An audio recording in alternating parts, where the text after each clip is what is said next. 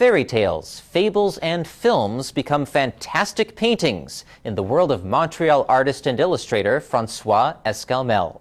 Using paint instead of words, he creates dark and comical stories that have a lot to say about their creator.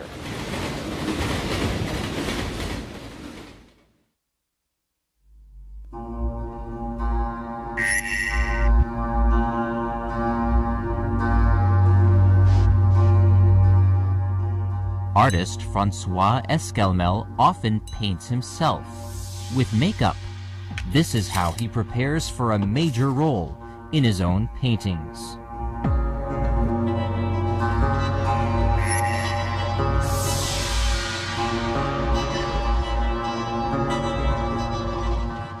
I do enjoy performing the roles of different characters.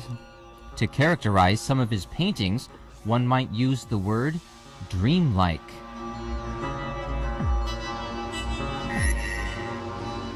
But nightmarish better describes some of his works, including one called I Weep Tears of Blood. The expression I was going for, and it's really hard to get, was absolute fear. Escalmel's surrealistic ideas often come in a flash.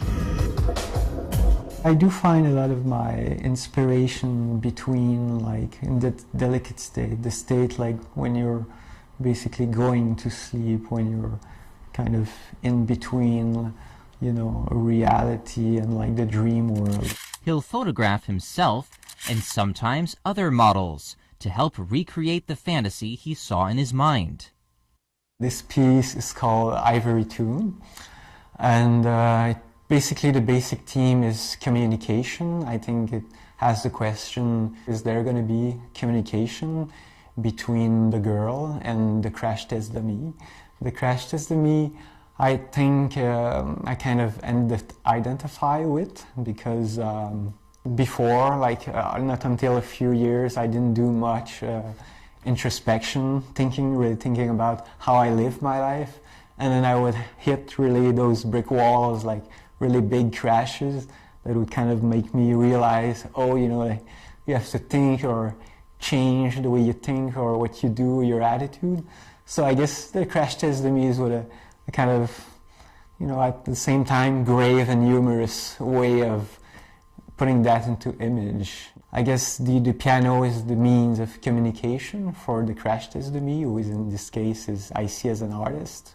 So I've also added the little sign that says sound please, I guess to suggest that even though the character is playing the piano, maybe there is no sound, and that he wants sound to be heard. I guess another example of that is the door that separates the two characters. There's a door again, but there's no wall, so, you know, the sound could go around, but we don't know. There's all kind of obstacles, if you look at the painting, that prevent communication, and I guess that's the real, that's the theme of the painting.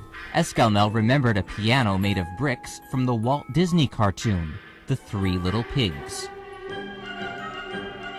Disney's famous rodent also inspired the artist, and his inner child. The playing parts, playing roles, all comes, I guess, from childhood. I think I've retained from childhood like a big capacity for imagination. I think that's, painting is a big part of it. It's big imaginary work. Wearing the shorts and gloves of Mickey Mouse helps the artist combat his shyness. I guess I enjoy it also, like to transform myself. I guess it's kind of like an actor, being an actor, you know, play the part.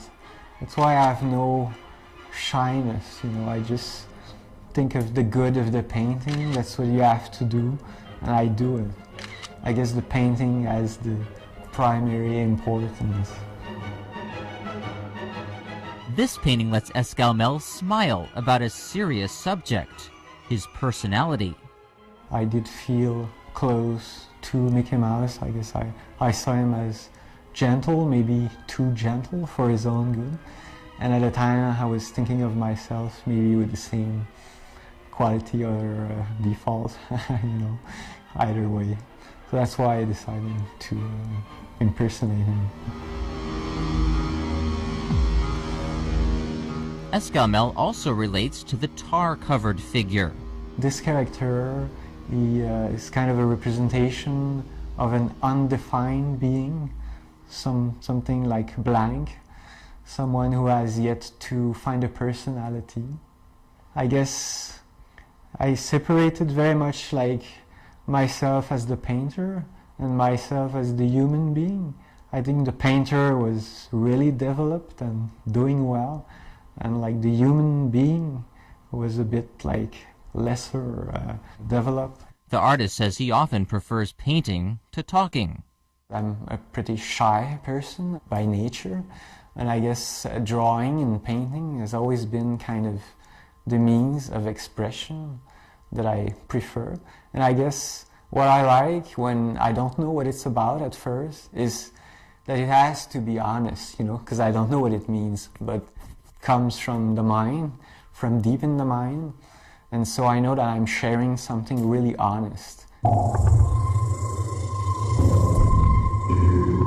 This painting was done when my father was very ill.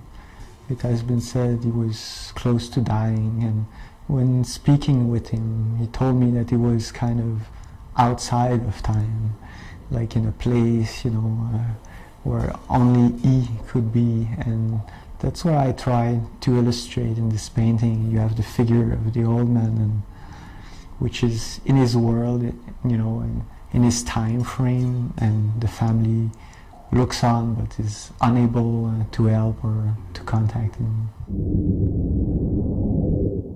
Since that painting has been done, my father has completely recovered and he's doing well now.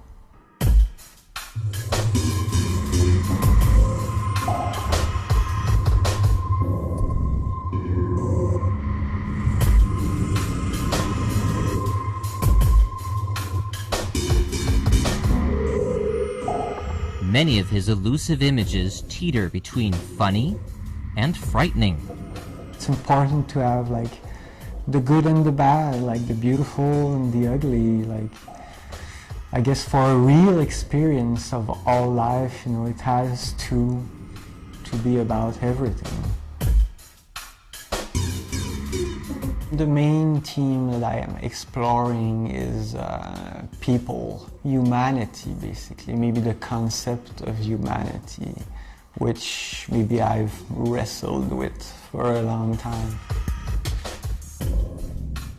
This debate that I have within myself, it's easier to put into images in the paintings than to try to put it in words. The 21st century artist composes his pictures using the computer program Photoshop. In Photoshop, I usually start with the photographs that I've taken. Usually they are of the main characters. And then I'll search for the backgrounds, objects, elements. That's where the creative process is taking place. And it's so much easier on the computer. You had this or put it out, put it somewhere else, change the colors. When I have the image, when the image is ready, it's ready in Photoshop, and then I go paint it.